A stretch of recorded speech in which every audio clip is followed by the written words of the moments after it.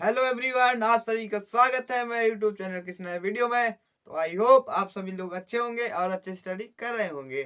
तो आज का हम इस वीडियो में लेके आ चुके हैं कक्षा 10वीं के मैथ का चैप्टर 5। तो हम उसका एक सवाल को कॉन्सेप्ट के साथ क्लियर करेंगे। अगर वीडियो अच्छी लगे लाइक कीजिए, सब्सक्राइब कीजिए। अगर आप चैनल पर हमारे नए हो तो चैनल को पहले सब्सक्राइब कीजिए। आइए इस वीडियो को स्टार्ट करते हैं। तो आज के हम इस वीडियो में एक हमारा क्वेश्चन है, मतलब समांतर श्रेणी का एक क्वेश्चन लेके आए कक्षा 10वीं के मैथ का। आज हम उसको कॉन्सेप्ट के साथ क्या क्लियर करेंगे, तो वीडियो के अंत तक जरूर बने रहेंगे। तो हमारा एक मतलब समांतर श्रेणी एपी दी हुई है। मतलब एपी क्या दिया, 21, 18, 15, ये इसका अंतिम पद या एन पद क्या दिया, अंतिम पद क्या दिया, 81।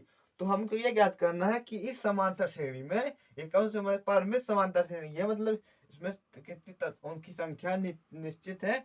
तो हमको ज्ञात करना इतनी ये समांतर श्रेणी में, मतलब ये जो हमें एपी दी हुई है इसमें समांतर श्रेणी में कितने हमारे पद हैं। तो हमने आपको बेसिक में बताया था कि किसी भी समांतर श्रेणी के पद ज्ञात करने के लिए कौन सा सूत्र याद करते हैं और किन किन पदों की जरूरत पड़ती है। तो हमने एक सूत्र हमने बताया था कि क्या होता है, एन बराबर होता है ए प्लस एन माइनस 1 डी। ये सूत्र हमने आपको बताया था। इसमें जहां पर ए प्रथम पद होता है हमारा और डी क्या होता है, सर्वांतर। तो हम लिख देंगे प्रथम पद कितना है हमारे पास, प्रथम पद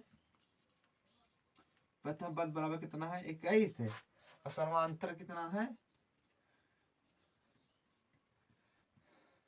सर्वांतर हमारे पास मतलब A2 माइनस A1 होता है। आपको हमने बताया था A2 माइनस A1 18 माइनस 21 तो कितना आ गया हमारा सर्वांतर कितना आ गया, -3।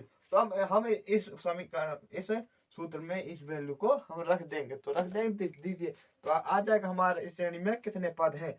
तो क्या है, एन बराबर एन हमारा कितना दिया है, 81 की माइनस 81। यहाँ पर एन बराबर हम ये लिख देंगे, एन बराबर दिया है -81। तो एन बराबर कितना दिया है, -81 बराबर एक का मान कितना है हमारे पास 21। यहाँ पर आपने दिया है प्लस n माइनस 1 और डी की वैल्यू कितनी है हमारे पास -3।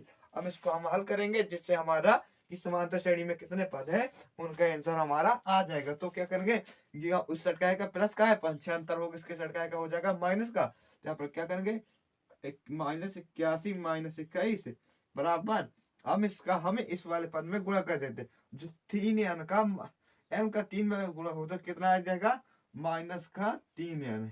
अब -1 का प्लस है, -3 में गुणा कितना आ गया, +3 कितना आ जाएगा, +3।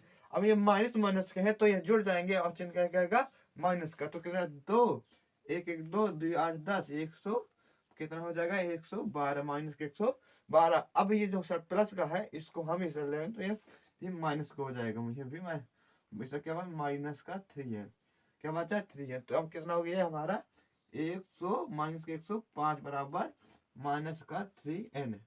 ये माइनस माइनस से कट गया। अब n बराबर कितना आ जाएगा, 105 भागे 3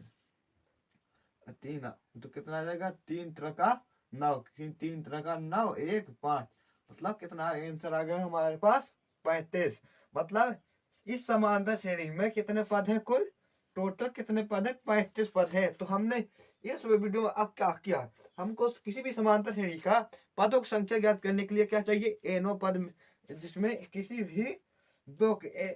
भी एन ए या डी की वैल्यू दी होती है और एन की वैल्यू दी होती है, वहां से हम किसी भी समांतर श्रेणी में पदों की संख्या निकाल लेते हैं। तो ये टॉपिक हम ये वाला क्वेश्चन हम क्लियर कर चुके हैं और हम एक नेक्स्ट क्वेश्चन लेंगे जो बिल्कुल ही आसान है।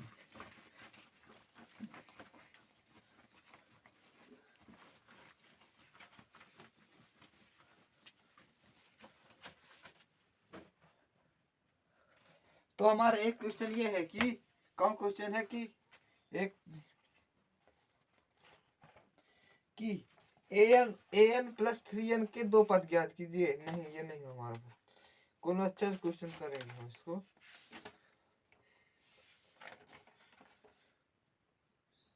हाँ एस एन बराबर देखते हैं कि एपी के एपी के कितना एक एपी दी हुई है, हम उसके 10 पदों का योगफल ज्ञात करना है। तो क्या है, एपी बराबर कितना है हमारे पास, एपी दी हुई है, क्या दिया, 2 7 12, 2 7 12 एक समांतर श्रेणी हमको दी हुई है। क्या, एक समांतर श्रेणी है जिसके हमें 2 7 12 है, हमको पदों मतलब कितने पदों तक, 10 पदों तक इसका योगफल ज्ञात करना है। तो हम पदों की संख्या तो क्या व्यक्त करते हैं, एन से। तो एन बराबर कितना हो जाएगा हमारे यहाँ पर, 10 हो जाएगा। क्या हो जाएगा, 10 हो जाएगा, एन बराबर 10।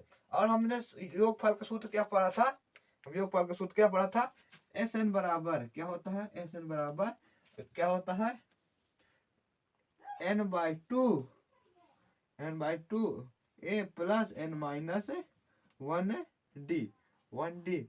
हम ये सूत्र होता है, हम पहले क्या करते हैं, इसका एनओ पद नहीं, एनओ पद ज्ञात कर लेते हैं।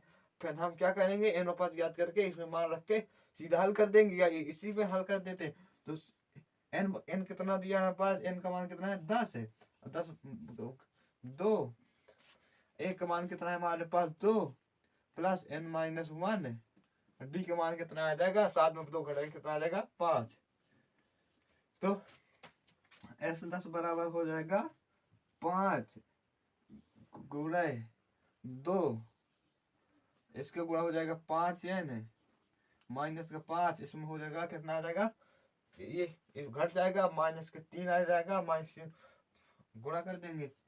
एस 10 बराबर, यहाँ पर एन का मान कितना है, वहां पर 10 है, क्या है, 10 है, यहाँ पर क्या 10 है, रुको जरा। तो क्या आ जाएगा, 9 गुणे 5, कितना हो जाएगा, 9 गुणे 5। तो यहाँ 5 प्लस 2 प्लस 45 है। तो हम क्या, एस 10 बराबर क्या हो जाएगा, एस 10 बराबर हो जाएगा 5 गुणे पनम 45, 5 गुणे पनम 45 247, कितना हो जाएगा 47। एस 10 बराबर कितना हो जाएगा, 5 7 35 की 5, 3 हासिल 3, 5 के 20 3 23, कितना आ गया 23। मतलब इस श्रेणी के 10 पदों का योगफल हमारे पास कितना आ गया, 235। कितना आ गया, 235। तो हम यहाँ पर यह भी कर सकते हैं कि इसका पहले हम क्या कर सकते थे, एनवा पद ज्ञात कर सकते थे, पर हम इसी में रख दिए हैं। तो आई होप आपकी कॉन्सेप्ट हमारे समझ में आएगा। और अगर वीडियो अच्छी लगी तो लाइक कीजिए, चैनल को सब्सक्राइब कीजिए। इसी प्रकार आपको कक्षा 10वीं के मैथ का संपूर्ण अध्ययन हमारे यूट्यूब चैनल आशीष स्टडी सेंटर में जरूर से जरूर आपको कराया जाएगा। धन्यवाद।